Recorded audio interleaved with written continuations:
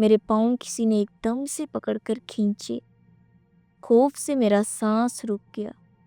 میں نے پلٹ کر دیکھا تو 2 سرخ آنکھیں مجھے گھور رہی تھی۔ میرا سانس وہیں جیسے رک گیا۔ دل خوف میں تھا۔ میں جاننا چاہتی تھی، مگر جیسے میری طاقت کسی نے سلب کر لی تھی۔ کون؟ آواز میرے حلق میں پھنس گئی۔ جواب میں ایک عجیب سا کہکا سنائی دیا، جیسے ٹہنیاں چٹخ رہی ہوں۔ شارکا، میں نے سرگوشی میں پوچھا۔ نہیں۔ سرگوشی کے جواب میں سرگوشی سنائی دی۔ چھوڑ دو، مجھے جانے دو۔ میں نے اپنا پاؤں کھینچا۔ میرے ساتھ کھیلو، وہ سرسراتی آواز میں سنائی دینے لگی۔ نہیں، میں نے احتجاج کیا۔ میں تیزی سے دروازے کی طرف رینگنے کی کوشش کرنے لگی۔ میرا پاؤں آزاد تھا۔ میں بیڈ کے نیچے سے باہر نکل آئی اور دروازے کے پاس پہنچ گئی۔ کھاریا آپی، میں نے آواز دی، مگر کسی کا کوئی جواب نہ آیا۔ پورے پوشن میں اندھیرا پھیلا ہوا تھا۔ خوف میرے دل میں بھر رہا تھا۔ اسی وقت مجھے خیال آیا کہ اگر کوئی مجھے واپس میری دنیا میں لا سکتا ہے تو وہ شارکا ہے۔ میں نے اسے آواز دی، شارکا، شارکا۔ پیچھے سے کسی نے مجھے وہ اسکیچ بک پکڑا دی۔ میں نے ایک دم سے پلٹ کر دیکھا۔ شارکا کھڑی تھی۔ اس کی لمبی سفید فراک پر جگہ جگہ مٹی سے لگی تھی۔ شارکا، میں کہاں ہوں؟ میں نے اس سے پوچھا۔ وہ کچھ بولی نہیں، مگر میرا ہاتھ پکڑ کر دیوار کے پاس لے گئی۔ میں نے نیچے جھانکا۔ نیچے صحن میں گہرا اندھیرا تھا۔ پورا گھر سائیں سائیں کر رہا تھا۔ میں نے گھبرا کر شارکا کی طرف دیکھا۔ وہ خاموشی سے مجھے گھور رہی تھی۔ اندھیرے میں اس کی آنکھیں بھی انگاروں کی مانند تہک رہی تھیں۔ مجھے لگتا تھا کہ بیڈ روم میں جاتے ہی میں کہیں اور پہنچ جاتی ہوں، مگر یہ سمجھنا میرے لیے ممکن نہیں تھا کہ یہ کوئی اور دنیا ہے۔ میں اسے شارکا کو کوئی خواب سمجھ لیتی تھی۔ اس وقت بھی مجھے ایسا لگا جیسے میں کوئی خواب دیکھ رہی ہوں۔ میں نے آنکھیں کھولنے کی کوشش کی، مگر ہوش میں تھی۔ میں ایک بار پھر شارکا کی طرف دیکھنے لگی۔ اسی وقت میں نے اکران کو دیکھا۔ وہ بیڈ روم کے دروازے پہ کھڑا تھا، پھر اس کے ہاتھ میں لمبا دروازے کے اوپر والی چوکھٹ کو پکڑ لیا اور ایک مکڑے کی طرح اوپر کو چمٹ گیا۔ وہ چاروں ہاتھ پیر پہ چلتا ہوا کمرے کی چھت کے ایک کونے سے دوسرے کونے میں جا رہا تھا۔ مجھے ڈر لگ رہا تھا، کمرے میں بتانا نہیں چاہتی تھی۔ شارکا، تم چپ کیوں ہو؟ میں نے سوال کیا۔ تم نے میرا تحفہ کیوں نہیں لیا؟ اس نے اسکیچ بک جو میرے ہاتھ میں دی تھی اس کی طرف دیکھا۔ او، یہ تم میرے لیے لائی تھی؟ میں نے شرمندہ ہو کر پوچھا۔ اور تمہاری تصویر بھی بنائی تھی، مگر تمہیں شاید پسند نہیں آئی۔ اس نے اداسی سے کہا۔ نہیں نہیں، ایسا بالکل نہیں ہے۔ میں نے اسکیچ بک اپنے سینے سے لگا لی۔ میں اس کو خوش کرنا چاہتی تھی تاکہ وہ مجھے واپس گھر جانے دے۔ شارکا، گھر چلیں؟ میں بھی جانے کی کوشش کی۔ اکران کو بھی تم اچھی لگتی ہے۔ اکران اس کا بھائی تھا، وہ تمہارے ساتھ کھیلنا چاہتا ہے۔ حیرت کی بات یہ تھی کہ اس کے پیچھے کا گھر روشن دکھائی دے رہا تھا۔ کسی دیے کی روشنی میں عکس ہل رہا تھا۔ کبھی روشنی تیز ہو جاتی، کبھی مدھم۔ شارکا، مجھے واپس جانا ہے، میں نے التجائیہ انداز میں کہا۔ وہ کہنے لگی، تم اپنے گھر میں ہی ہو؟ میں نے چونک کر ادھر ادھر دیکھا۔ چلو ابھی اس الماری میں چلی جاؤ۔ یہ کہتے ہوئے اس نے آخری الماری کی طرف اشارہ کیا۔ میں خاموشی سے الماری کی طرف بڑھ گئی۔ الماری کے دروازہ کھلنے کے بعد میں اس میں چھپ گئی، دعا کرنے لگی کہ اب مجھے اپنے گھر اور اپنی بہن بھائی نظر آنے لگے۔ تھوڑی دیر بعد مجھے عقیر کی آواز آئی، آمنہ، فاریہ آپی، آپ سب کہاں ہو؟ میں آ رہا ہوں، کمرے کے دروازے پر تھا۔ اس نے مجھے ڈھونڈ لیا اور ہنسنے لگا۔ میں نے سکھ کا سانس لیا اور الماری سے باہر آ گئی، اور میں وہ اسکیچ بک لے کر آ گئی۔ مہمان چلے گئے۔ میں نے دیکھا کہ اس میں شارکا کی تصویریں تھیں، میرے ساتھ جھولے پر سیڑھیوں میں بیٹھے ہوئے اور کمرے میں کھڑے ہوئے۔ ایک دن میں نے شارکا کو اداس سیڑھیوں پر بیٹھے دیکھا۔ وہ خاموش تھی۔ میں نے اس سے پوچھا، کیا ہوا شارکا؟ اب تم میرے ساتھ نہیں کھیلتی، نہ ہی میرے پاس آتی ہو، اس کی کیا وجہ ہے؟ وہ پوچھ رہی تھی۔ میں نے کہا، اسکول کا کام اس قدر ہے کہ مجھے وقت نہیں ملتا، اور پھر یمنا اور امی جان بھی مجھے اکیلا نہیں چھوڑتی، اسی لیے میں تمہارے پاس نہیں آتی۔ میں نے کہا۔ وہ خاموش ہو گئی اور چپ چاپ مجھے دیکھتی رہی۔ میں جانتی تھی وہ مجھے اتنی آسانی سے نہیں چھوڑ سکتی۔ اس کی کوئی اور دوست نہیں تھی، میری تو اور بھی دوستیں تھیں۔ میں نے یہ کوشش چھوڑ دی۔ اکثر وہ مجھ سے اسکیچ بک لینے کی کوشش کرتی تھی، مگر میں اسے نہیں دکھاتی۔ اگر وہ دیکھ لیتی تو اسے شارکا نظر آ جاتی اور پوچھتی کہ کون ہے، تو میں اسے نہیں دکھاتی۔ اسی وجہ سے میں نے اسے اپنی اسکیچ بک نہیں دکھائی تھی۔ میں نے سوچا کہ اگر میں شارکا کو دیکھنا چھوڑ دوں تو شاید اس طرح وہ اپنا رویہ تبدیل کر لے اور مجھے بھول جائے، مگر میں نہیں جانتی تھی کہ وہ لوگ اوپر رہائش پذیر ہیں۔ مجھے جو ٹھیک لگا میں نے وہی کیا اور شارکا کو دیکھنا چھوڑ دیا۔ اب وہ اکثر مجھے کھڑی ہوئی دکھائی دیتی ہے، کبھی بیڈ کے نیچے دکھائی دیتی، مگر میں کروٹ بدل کر سو جاتی۔ اسے اندازہ ہو رہا تھا کہ میں اس سے بیزار ہوں۔ یمنا بھی پہلے ان باتوں کا اظہار نہیں کرتی تھی۔ وہ ڈرتی ضرور تھی مگر مجھے بتاتی نہیں تھی۔ میں جان نہیں پائی کہ وہ خوفزدہ ہے، اس کی عادت ہے ڈرنے کی۔ لیکن ایک دن مجھ پہ بات کھل گئی کہ شارکا اس سے ڈرا رہی ہے۔ وہ بیمار تھی اور امی جان کو کونے کی طرف اشارہ کر کے کہنے لگی کہ وہ لڑکی کون ہے۔ تب میں نے بھی کونے کی طرف دیکھا تو مجھے شارکا وہاں کھڑی دکھائی دی۔ اس رات میں چپ چاپ شارکا سے ملنے اوپر چلی گئی۔ پورے گھر میں اندھیرا پھیلا ہوا تھا، مگر میں جانتی تھی کہ شارکا اور اس کی فیملی یہی ہے، شاید ان کا گھر اسی گھر سے وابستہ تھا۔ میں نے شارکا کو آواز دی، شارکا کہاں ہو تم؟ پورے گھر میں تاریکی چھائی ہوئی تھی، کمروں کے دروازے بند تھے، شاید امی جان نے ان پر تالے بھی لگا دیے تھے۔ میرے بار بار آواز دینے کے باوجود بھی وہاں کوئی نظر نہیں آیا۔ میں مایوس ہو گئی، لگتا تھا کہ شارکا مجھ سے ناراض ہو گئی ہے۔ میں نے سیڑھیوں کی طرف قدم بڑھائے اور پہلی سیڑھی پر بیٹھ گئی۔ اب مجھے سمجھ نہیں آ رہی تھی کہ میں یمنا کو شارکا سے کس طرح بچا سکتی ہوں۔ میں نے خاموشی سے سر گھٹنوں میں دے لیا۔ تھوڑی دیر بعد میرے کندھوں پر کسی نے ہاتھ رکھا۔ میں نے پلٹ کر دیکھا تو شارکا کھڑی تھی۔ میرے دیکھتے ہی دیکھتے وہ واپس مڑی اور بھاگتے ہوئے کمرے کے اندر چلی گئی۔ کمرے کا دروازہ کھلا تھا، لیکن اندر اندھیرا چھایا ہوا تھا۔ میں بھی اٹھ کے کھڑی ہو گئی اور اس کے پیچھے کمرے کی طرف بڑھ گئی۔ کمرے کے دروازے پر رک کر میں نے اندر دیکھا، وہ مجھے کہیں نظر نہیں آئی۔ شارکا، میں نے سرگوشی میں آواز دی۔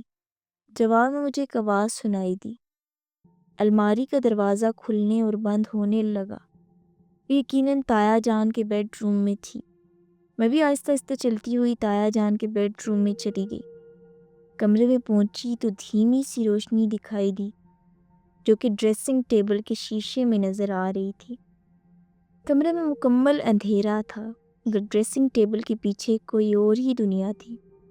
وہ شارکا کا گھر تھا، جس کو میں اس وقت تک سمجھ نہیں پائی تھی۔ میں بھی آہستہ آہستہ قدموں سے چلتی ہوئی ڈریسنگ ٹیبل کے پاس چلی گئی اور اس کے شیشے پر ہاتھ رکھی۔ دوسری جانب شارکا کھڑی تھی، اس نے بھی شیشے پر میرے ہاتھوں پر ہاتھ رکھ دیے۔ ہم دونوں کے درمیان ایک شیشے کی دیوار تھی۔ اس نے مجھ سے کہا، آمنہ مجھے تم پسند ہو، کیا تم میرے ساتھ نہیں رہنا چاہتی؟ لیکن تم یمنا کو کیوں تنگ کر رہی؟ اس سے کیوں ڈرا رہی؟ میں نے پوچھا۔ تم تک آنے کا یہی ایک طریقہ تھا، ویسے تو تم نے مجھے اندیکھا کر دیا تھا، تو میں کیا کرتی؟